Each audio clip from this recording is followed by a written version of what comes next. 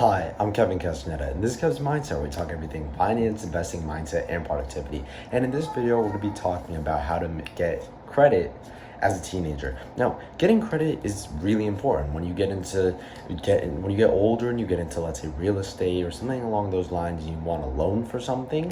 Depending on how good your credit score, it allows you to get a lower interest rate. If you don't know what an interest rate is, I'll simplify it a little bit. All it means is what percentage are you paying every month on top of the payment that you already have. So let's assume your payment is $100 per month. Now, if you have an interest rate of 1%, you're paying $1 of interest per month. So that's just kind of gist of it. So why do you first off want to build credit? So the reason you want to build, that was backwards.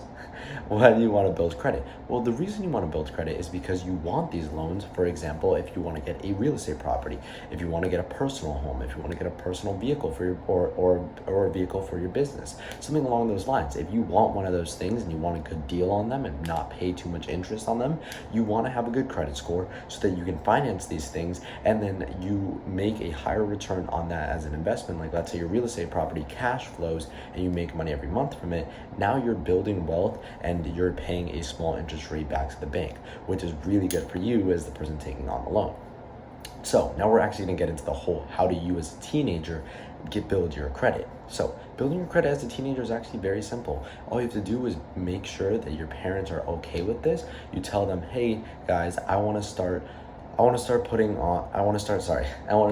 my credit, and I think it would be really important for me to continue to do this. You explain to them how it works, what you want, and basically why you want to do this, so that you at least have a plan and you don't just go blow a bunch of money on a credit card. So the way you do this is you put yourself down with your parents' authorization as an authorized user under their cards. So they would, for example, either go on their bank account and they would look through the app, or they would call the bank directly and say, hi, I want to let my son be an authorized user, or daughter, or whatever, be an authorized user.